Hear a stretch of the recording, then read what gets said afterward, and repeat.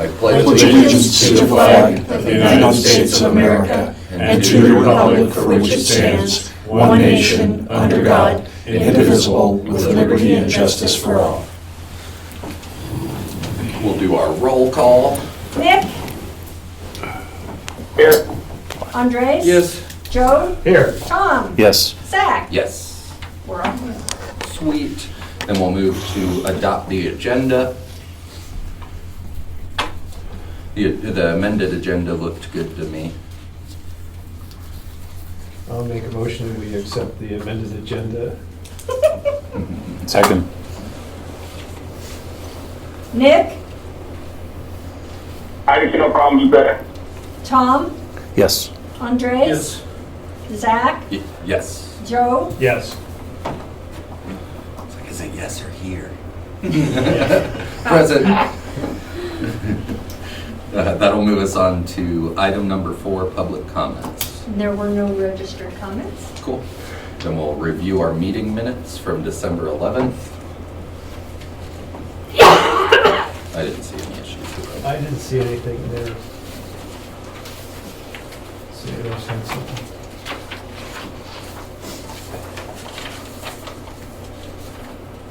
If there's no objection, I'll make a motion that we accept the meeting minutes from December 11th, 2024. Second. Nick? Yes. Are you in favor of the minutes from December 11th? Yes. Okay. Tom? Yes. Yes. I see no problems with them. Okay. Tom? Yes. Andres? Yes. Zach? Yes. Joe? Yes. And that will move us on to financial statements for November and December. So I put December on your desk. I just got it this afternoon. Gotcha. I was gonna say, my report is for November, because we just got the December ones, so I will try and just wing the December. Total cash on hand for December looks like it's gonna come out to $3,957,746, which looks like that's up roughly $200,000 from November, so that looks good.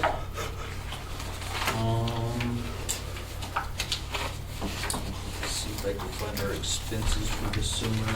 Actually, I'll just go to net. So our net revenue for the enterprise for December was that supposed to be a negative, Barbara? That doesn't look right. It doesn't look right because it's negative on one side and it's the same on the other. I saw I'm that. fairly certain that's a positive $155,853. Yep. It's just a typo. Yep. For the enterprise and for the district for December, we have a net revenue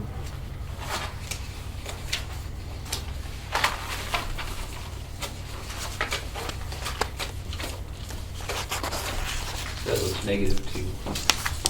It's a negative $362,339. Why would she be putting that? It doesn't seem right either. Yeah, that's right. That one's right. Yep, because our total expenses were $443. We didn't bring in nearly enough, so that one's correct. What was that one? I'm looking at the wrong thing. Negative 362, Last page. 339.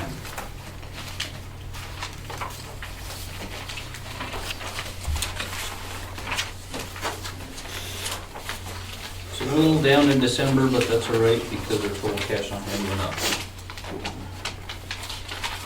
And is that all still working out with not having sold the building? So far, yes. Yep. So far, we're doing okay. Our end of year collections for the new AR, the new accounts receivable were 1.368667. And the old AR, there was no change. It's still at $10,891. And then I sat in yesterday on the initial analysis that Page, Wolfworth, and Wolfberg did on the CMS cost report that I had to submit 2 years ago. and it was kind of interesting.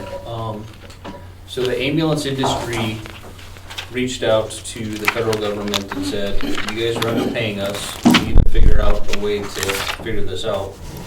So they came up with this cost report, and every agency that collects or that bills Medicare had to fill out this cost report. So we were selected in years 1 and 2, so we reported in 2022. Right now, years 3 and 4 are reporting. And so we've got about 50% of the agencies did 1 and 2, and 50% are doing now this year. So this is just one report. Another report will be released once this other reporting period is done.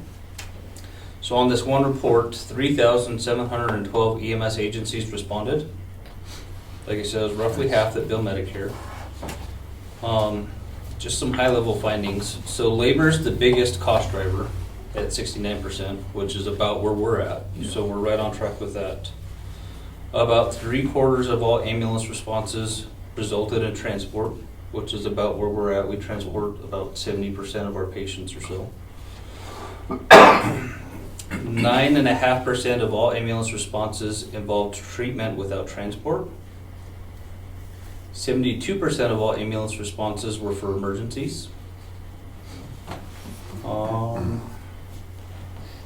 Of all ambulance transports, 56% were BLS and 44% were ALS.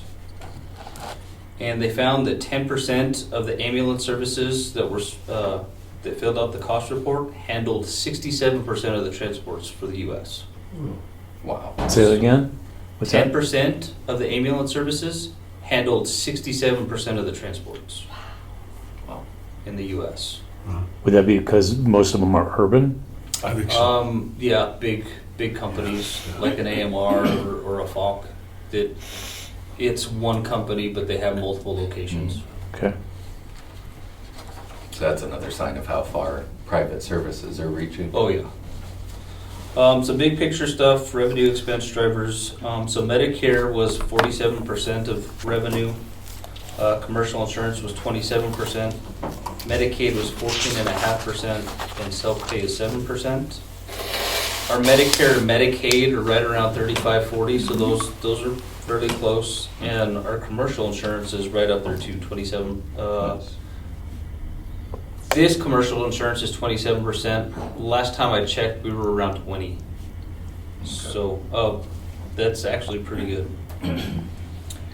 Median transport, so median's about half, roughly. Transport revenue, it declines as the volume increases. So for a low volume service, which is 0 to 200 transports a year, they're getting paid $754 per transport. We are considered a high volume service, oddly enough. Wow. And we're getting $531 per transport, There it is. which is roughly about what I reported last time, $533. Okay. Wow. So we're on track with what the nation is showing, but Then we're behind. still it's obvious it's not enough. Mhm. So the higher the volume, the less we get paid. Yeah. We already talked about the cost drivers. Labor was number 1. Vehicles is number 2 at 10%. Facilities was number 3 at 3.5%. Equipment, supplies, and other costs were 16%, 17%. Which it's all pretty close to Yeah, what that's we're not too doing. shabby. Yeah. Labor costs varied by organization type. So for-profit, their labor costs were lower at 60%. Governmental, which is what we would be, our labor costs are 73.6%. And that's actually 4.2% above the median average. I mean, that's good. That shows that we're paying. We Right. actually pay our people. Right. So, and then I'm gonna pop this up if I can figure out how to do it.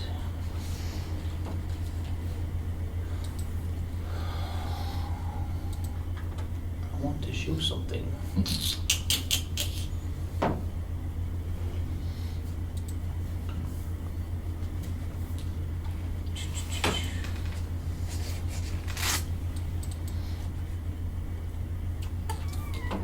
Oh, Uh-oh. it didn't save. That's right. It was just a table. It was going to show some of the revenue shortfalls that they had. So we figured out revenues fell short of covering expenses in every category for every type of ambulance service, in every type of service, Wow. every call volume category, Awesome. across the board, period. We've really got our priorities straight, huh? Yep. So medium per response shortfall, so this is per response, not transports. The range was negative $106 to negative $951. Wow. It was a negative 22% to a negative 69%. Nice. And of course, the hardest hit were the low volume and the public safety based services. So we're public safety based. For sure. The median per transport shortfall was even higher at a negative 142 to negative 1,409. Wow.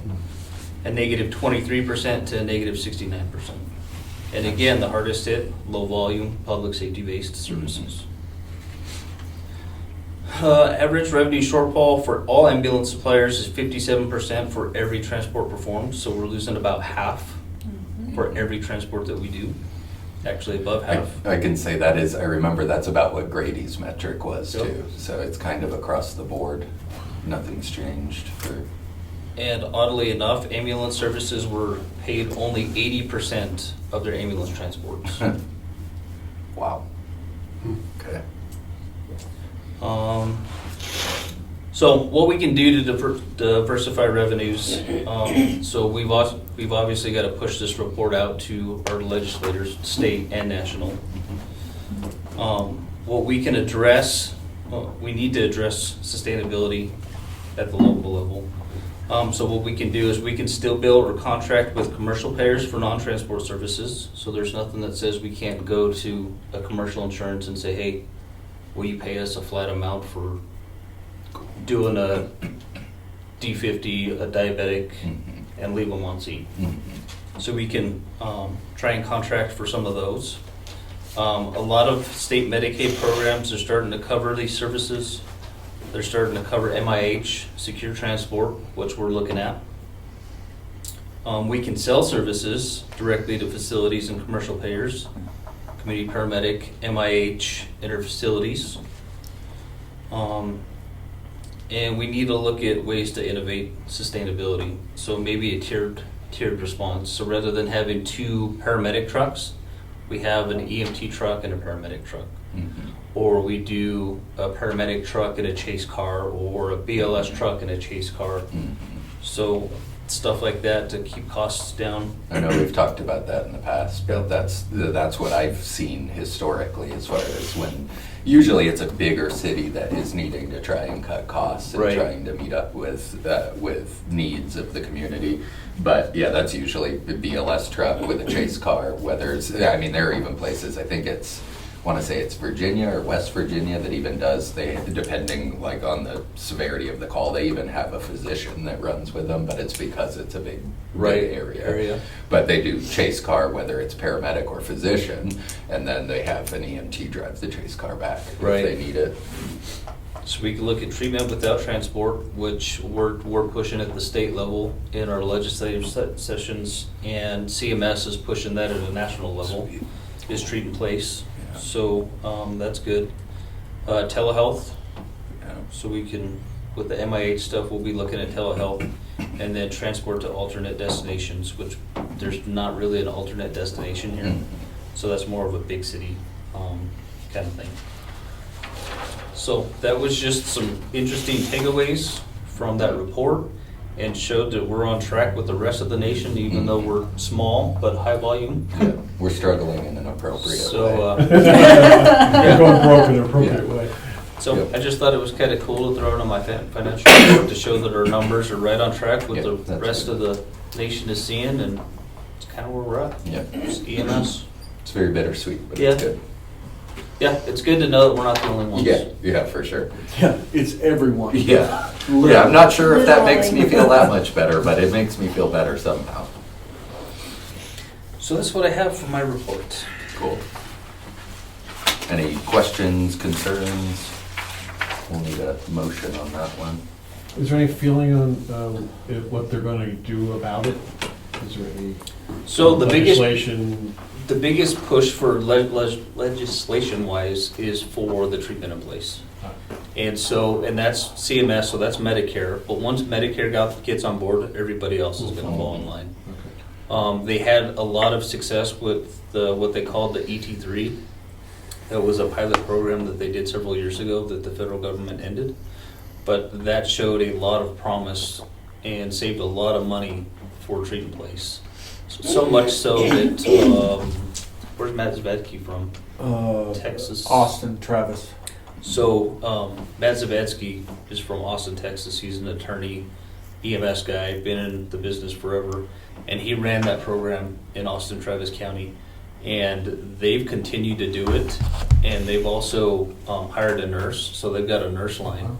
Oh, And so if somebody calls 911, they'll transfer it to a nurse if it sounds like it's a low acuity. mhm. And then the nurse can direct them to another means. That's awesome.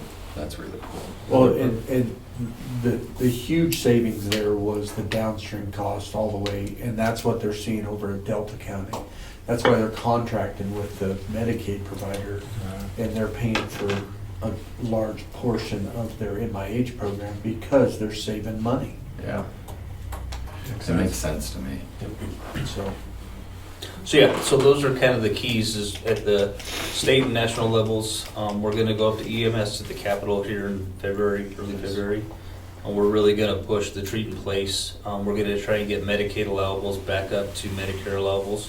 Right now it's at 60%, we're gonna push it to 80%. They did that for a short time, so we're hopeful that they'll do that again. So we're looking at that kind of stuff. That's awesome. I think that sounds good. Try and get some kind of national push too, because it's like, yeah, the bittersweet nature of the financial report. It's like, we gotta try and get something changed across the board. If it's Yeah. not just us, it's. But now it's not he said, she systemic said, now it's, we have the report that Yeah, no, that's shows. awesome. It's It's all real. about the data. Yeah, for sure. Fortunately, unfortunately. Any other questions or concerns? We'll need a motion on the financial statement. I make a motion that we accept the financial statements for November, December 2024. Second. Nick, I made him sit too long. Nick, can you hear me? Yeah, I hear you. There's a motion on the floor to accept the November, December financials. Yes. Tom, Yes. Andres, Yes. Zach, Yeah. Joe, Yes. And that moves us on to item number 7, old business. I don't think I really had any old business. I asked you old business in the financial report. I can't think of anything specifically for that, but I got stuff in my director's report. So. Cool. Yeah, if nobody has any old business, then that would move us to item number 8, an executive session determining positions relative to the Board of County Commissioners hearing regarding TAD service plan update. I think I will need a motion to move us into executive session. I make a motion, we move to item number 8, executive session. Second. Nick, Yes. Tom, Yes. Andres, Zach, Yes. Joe, Yes.